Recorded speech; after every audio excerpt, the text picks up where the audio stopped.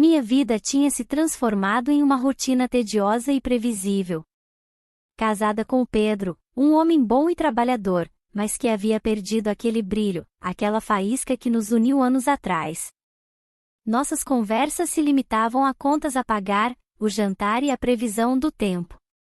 Ele era o porto seguro, a rotina, a paz que mata a alma. Mas por dentro, eu sentia um vulcão adormecido, esperando a erupção. Tudo começou com o convite dela, Maria. Minha sogra. Uma mulher de tirar o fôlego, cheia de vida e com uma energia contagiante que fazia a juventude parecer uma idade de velhos. Mesmo aos seus 50 e poucos anos, ela tinha uma vitalidade que me fazia questionar minha própria juventude. Maria era uma força da natureza, uma tempestade em forma de mulher, com um corpo esculpido pela dança e por anos de natação em Ipanema. Ela tinha uma pele dourada, cabelos escuros e brilhantes, e nos olhos uma malícia que prometia o paraíso. Ela me ligou em uma tarde abafada, típica do Rio de Janeiro. Patrícia, minha querida, disse com aquela voz que era uma mistura de mel e veneno. Que tal uma aventura? Conheço umas trilhas na floresta da Tijuca com lugares que têm umas flores raras e umas orquídeas que só nascem na estação das chuvas. Vamos, levanta essa bunda do sofá, faz bem para o espírito. Ela riu, e o som da risada ecoou na minha mente. Era um convite inocente, uma trilha na floresta, mas algo na sua voz, algo na forma como ela falou faz bem para o espírito, me fez sentir que o convite era muito mais do que apenas uma caminhada. No dia seguinte, ela apareceu na minha porta com um brilho no olhar que eu não via em ninguém há muito tempo.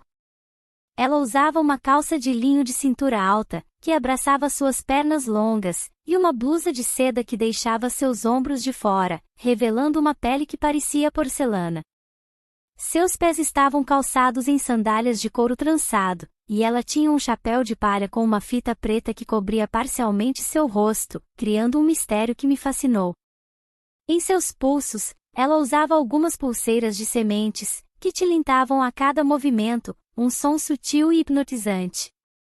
Seu perfume era uma mistura de jasmim e terra molhada, algo que me trazia lembranças de noites de verão e de uma liberdade que eu havia esquecido. Pegamos o carro dela, um antigo Fusca azul piscina que parecia ter vida própria. A música que tocava era bossa nova, algo suave e sensual, que preenchia o carro com uma atmosfera de cumplicidade. Ela me contava histórias da sua juventude, das festas em Copacabana, das noites dançando samba. Eu sentia que cada palavra dela era um convite para um mundo que eu só conhecia dos filmes. Ela estava em seu elemento, livre, selvagem, e eu, uma mulher de 20 e poucos anos, me sentia como uma adolescente. Quando chegamos à floresta da Tijuca, o ar estava mais fresco e úmido. O cheiro de mata e de terra molhada era forte. Maria parou o carro e tirou 2 cestas de vime do porta-malas. Vamos lá, ela disse, o tesouro nos espera. Eu segui, tentando me concentrar nas árvores, na beleza da natureza, mas meus olhos sempre voltavam para ela. Para a forma como a calça de linho moldava suas curvas quando ela se agachava para amarrar o cadarço da sandália. Para a forma como a blusa de seda escorregava em seus ombros quando ela se movia. Eu sentia uma corrente elétrica percorrendo meu corpo, um calor que não era causado pelo sol. Ela ia na frente, com aquela leveza de quem conhece cada pedra e cada árvore. Eu, atrás, tentando disfarçar o meu olhar. Meu coração batia rápido, e não era por causa da trilha. Era por causa dela. E eu tinha certeza de que ela sabia. Em um momento, ela parou e se virou, com um sorriso de canto de boca. Está cansada, minha querida? Ou está se deliciando com a paisagem? O tom da voz dela era um desafio, e eu sabia que a paisagem que ela estava falando não era a floresta. A paisagem é linda, Maria, respondi, minha voz um pouco mais rouca do que eu esperava. Ela riu, uma risada baixa e sensual, e se virou, continuando o caminho. Eu percebi que ela estava me provocando. E a cada passo, a provocação se tornava mais clara, mais evidente. Chegamos a uma clareira com um lago de água límpida. Ela se sentou em uma pedra grande e lisa, tirou as sandálias e colocou os pés na água. Aqui é onde as orquídeas secretas nascem, ela disse, e onde a gente pode se refrescar um pouco. A luz do sol passava por entre as folhas das árvores, criando um jogo de sombras em seu corpo. Eu me sentei ao seu lado, observando-a. Ela parecia uma ninfa da floresta, um ser mágico e proibido. De repente, ela se inclinou para perto de mim. Seu perfume, agora mais forte, misturado com o cheiro do lago e da terra. Nossos olhos se encontraram, e por um momento o mundo inteiro desapareceu. E ela sussurrou, a voz quase inaudível: "Você entende o que está acontecendo aqui?" Eu não respondi. Apenas senti meu corpo inteiro se arrepiar, e o pulso dela, que eu vi de perto, parecia bater na mesma frequência que o meu. Naquele momento, à beira do lago, eu sentia o mundo encolher até se resumir a nós duas. A água límpida refletia as nossas imagens, mas a nossa realidade era muito mais turva. O silêncio que se seguiu ao sussurro dela foi ensurdecedor. Eu queria dizer algo, qualquer coisa, para quebrar o feitiço, mas as palavras simplesmente não vinham. Maria, com a mesma calma que me desarmou, quebrou o silêncio. Vamos procurar as orquídeas, disse, levantando-se. Elas gostam de lugares escondidos escuros, onde a luz do sol quase não chega. Nós continuamos a trilha, agora em um ritmo diferente. Não era mais uma simples caminhada, mas uma caça, e o que caçávamos não eram apenas flores. A floresta se fechou ao nosso redor, e a luz do sol se tornou uma memória distante. As palmeiras gigantes formavam um teto verde sobre nossas cabeças, e o cheiro de terra molhada e raízes se intensificou. Maria ia na frente, com aquela sua pose elegante e segura. Seus quadris balançavam em um ritmo hipnotizante, e a blusa de seda, agora um pouco úmida com o suor, grudava em suas costas, revelando as curvas da sua cintura. Em um trecho mais escorregadio, ela se virou e estendeu a mão para mim. "Cuidado, a trilha é traiçoeira aqui", disse ela, e o toque de sua mão na minha foi um estupim que incendiou tudo. A pele dela era macia e levemente úmida, e eu senti um arrepio que percorreu meu braço, subindo pela espinha, até o couro cabeludo. Eu me segurei na mão dela, sentindo a força, a segurança, e o perigo que emanava de seu toque. Por um momento, eu quis que aquela trilha nunca terminasse. Chegamos a uma pequena gruta, escondida atrás de uma cortina de trepadeiras. "Aqui", sussurrou ela, apontando para o interior da caverna. "Eu te disse que elas gostam de lugares escuros." E lá estavam, pequenas orquídeas roxas, brilhando na penumbra como joias vivas. A beleza delas era indescritível, mas eu não conseguia tirar meus olhos de Maria. A luz que entrava por uma fenda no topo da gruta iluminava seu rosto, e eu vi um brilho em seus olhos que eu nunca tinha visto. Era uma mistura de triunfo e desejo. Ela se virou para mim, a blusa de seda agora completamente transparente, revelando a silhueta do seu sutiã. Eu sabia que ela estava fazendo aquilo de propósito, me provocando, e eu não conseguia parar de olhar. Ela lentamente se ajoelhou para admirar as orquídeas, e a calça de linho se esticou em suas coxas. Eu engoli em seco, sentindo a boca seca e o coração batendo descontroladamente. Eu me ajoelhei ao seu lado, e nossos ombros se tocaram. O calor da sua pele penetrou o tecido da minha blusa, e eu senti que estava à beira de um abismo. "Você está tão quieta, Patrícia", ela sussurrou. "O que você está pensando?" Eu não consegui responder. O cheiro de seu perfume, misturado com o cheiro de terra e de umidade, me embriagava. Eu sabia que estava em um terreno perigoso, um terreno onde as regras não existiam. Ela se virou para mim, e seus olhos, tão próximos, pareciam me sondar, me devorar. Não precisa ter medo, ela sussurrou, e o som da sua voz era como uma carícia. Eu não mordo. Ela se aproximou, e eu fechei os olhos, sentindo o calor do seu hálito em meu rosto. Nossos lábios se encontraram, e o mundo desapareceu. Não havia mais a floresta, o lago, as orquídeas. Havia apenas nós duas, o som do nosso próprio respirar e o toque que me incendiou por dentro. Foi um beijo lento, hesitante no início, mas que logo se aprofundou. As mãos dela se moveram para o meu rosto, e os dedos dela, macios e quentes, me acariciavam. Eu me perdi naquele momento, me perdi em Maria. A minha mente dizia pare, mas o meu corpo respondia quero mais. Era um beijo desesperado, faminto, proibido, mas que me fez sentir mais viva do que nunca. Quando nos separamos, ofegantes, o único som era o da nossa respiração pesada. Eu olhei para ela, e nos seus olhos havia a mesma surpresa e o mesmo desejo que eu sentia. Isso, foi uma loucura, eu sussurrei. Ela sorriu. Sim, foi. Mas é uma loucura que eu quero repetir. E eu sabia que ela não estava blefando. A paixão que emanava dela era contagiosa. A partir daquele momento, a nossa vida não seria a mesma. O segredo que agora dividíamos nos uniu de uma forma que nada mais poderia. Voltamos para casa em um silêncio carregado, mas não era o mesmo silêncio de antes. A música bossa nova continuava a tocar no rádio, mas agora, cada nota parecia ter um significado oculto. Eu olhava para a janela do carro, e a paisagem do rio passava como um borrão. Na minha cabeça, a cena na gruta se repetia como um filme sem fim. O cheiro da floresta ainda estava na minha roupa, no meu cabelo, mas agora ele se misturava com o perfume de Maria, uma mistura de jasmim e perigo que me embriagava.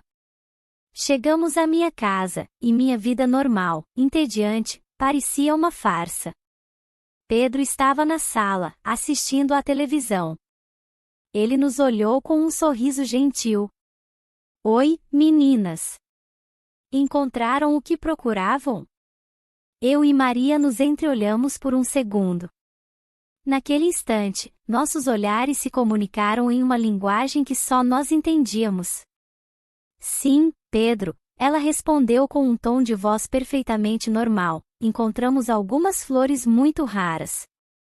E ela sorriu para ele, um sorriso doce, de sogra.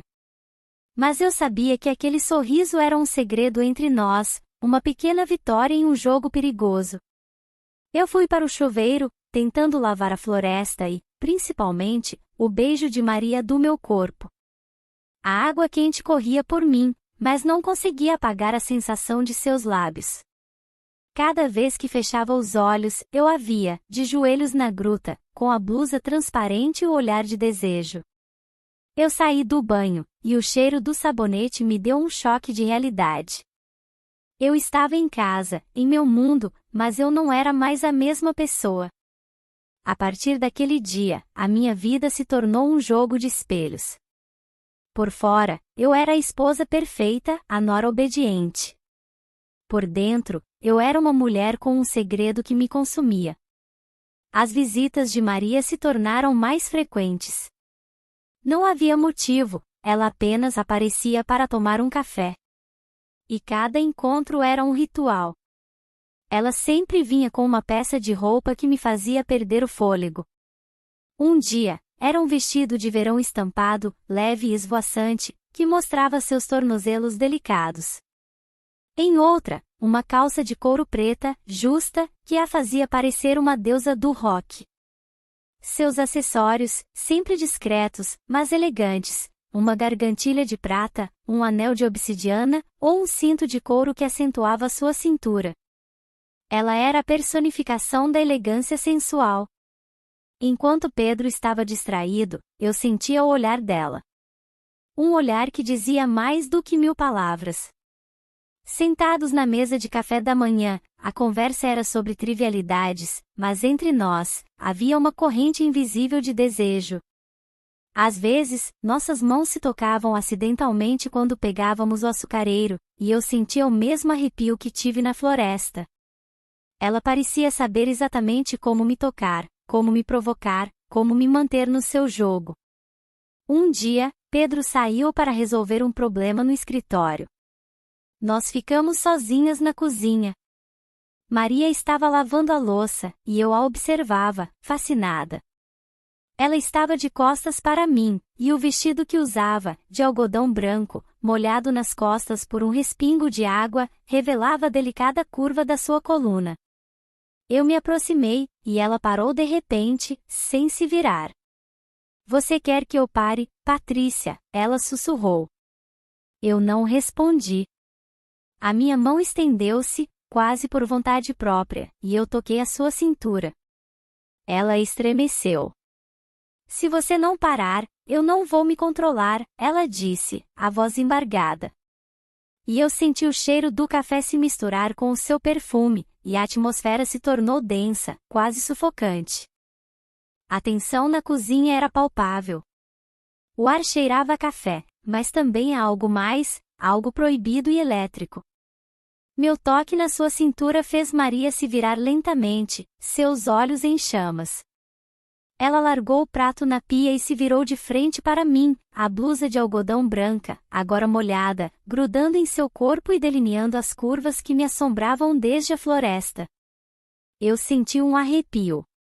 Patrícia, ela sussurrou, e o som do meu nome saindo de seus lábios era como uma prece. Você tem certeza do que está fazendo? Eu não respondi, apenas me aproximei. Meu corpo estava agindo por conta própria. As mãos de Maria encontraram a minha, e o toque foi como um choque. Ela olhou para mim, sua expressão séria, mas com uma faísca de desejo que me dizia para não parar. Estamos em casa, eu disse, minha voz baixa e rouca. Eu sei, ela respondeu, e sorriu, um sorriso que continha tudo, perigo, desejo, e eu avisei. O perigo só torna as coisas mais emocionantes, sussurrou ela. E eu sabia que ela estava certa. Naquele momento, eu me perdi. O mundo lá fora, com Pedro e as contas a pagar, desapareceu. Havia apenas nós duas, a cozinha, o cheiro do café. Maria, com sua calma e segurança, me guiou. Ela pegou minha mão e me levou para a sala de estar, para o sofá. A cada passo, eu sentia a proximidade de seu corpo, e o desejo se tornava um furacão. De repente, ela parou e me olhou. Onde está o seu marido? Sussurrou. Foi ao mercado, eu respondi, vai demorar. Ela sorriu e se sentou no sofá, me puxando para junto dela. O tecido macio da blusa dela roçando em mim era uma tortura, um deleite. Ela me olhou nos olhos, com aquele olhar que parecia enxergar a minha alma. Eu sei que você quer isso, Patrícia, ela sussurrou. Eu sinto isso em você. É o seu desejo, não é? E eu não conseguia mentir, não para ela, não para mim mesma. Sim, eu sussurrei. E foi o suficiente. Maria se inclinou e me beijou, e o beijo desta vez não era mais uma exploração. Era uma confirmação. Um beijo profundo, desesperado, que dizia eu te quero. Nossas mãos se exploravam, seus dedos em meu cabelo, os meus em suas costas. Eu senti que estava em um sonho que eu não queria acordar. O ar estava pesado, o tempo parecia ter parado. Não havia mais certo ou errado, apenas o desejo que nos consumia. O tecido do seu vestido, as pulseiras tilintando em seu pulso, o cheiro de sua pele. Tudo era uma sinfonia de sensações que me levava para longe, para um lugar que eu nunca tinha estado. De repente, um barulho na porta. A chave girou. Era Pedro. Nós nos separamos em pânico, o silêncio preenchido pela minha respiração acelerada. Maria, com uma rapidez impressionante, se recompôs. Ela se levantou do sofá, ajeitou a blusa, e quando Pedro entrou, ela estava em pé, com um sorriso calmo no rosto, como se nada tivesse acontecido. Oi, amor, disse ele. Trouxe os morangos que você pediu. Ele olhou para mim. Eu estava sentada no sofá, com o rosto corado, tentando controlar a minha respiração. Você está bem, Patrícia? Está um pouco pálida. Eu tentei sorrir. Sim, só um pouco de calor. Ele não percebeu nada. Como ele poderia? A atuação de Maria era perfeita. Ela pegou a sacola da mão dele e disse: Obrigada, querido. Eu vou preparar um suco de morango. Patrícia, quer me ajudar?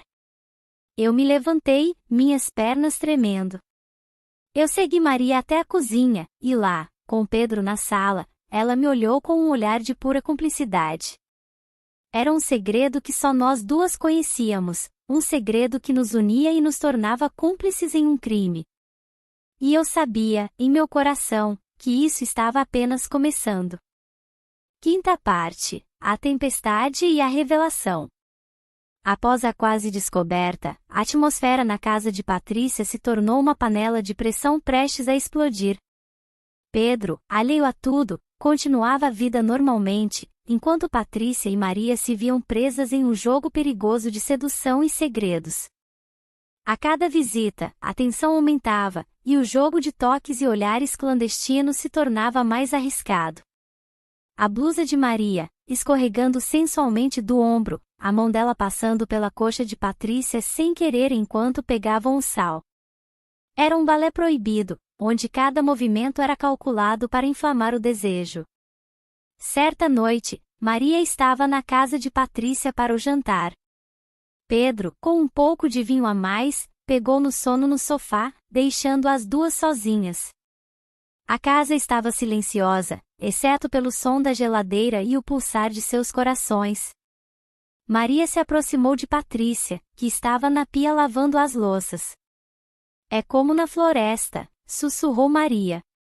Onde o perigo nos deixa mais vivas. A mão de Maria deslizou pelo braço de Patrícia até sua mão. Você não pode negar isso, Patrícia. Maria, com a serenidade de uma deusa, tirou a calça justa que usava e a jogou sobre a mesa, revelando uma pele macia e perfeitamente bronzeada. Ela se ajoelhou e tirou os sapatos de Patrícia, com os dedos se movendo por seus tornozelos e subindo pela perna, fazendo o corpo de Patrícia se arrepiar. O cheiro de seu perfume, um aroma de jasmim e terra molhada, me fez fechar os olhos. O beijo que se seguiu não tinha nada de inocente. Era uma promessa, um segredo, um desejo que não podia ser mais reprimido. E foi ali, na cozinha da casa de Patrícia, com seu marido dormindo a poucos metros, que o proibido se tornou real.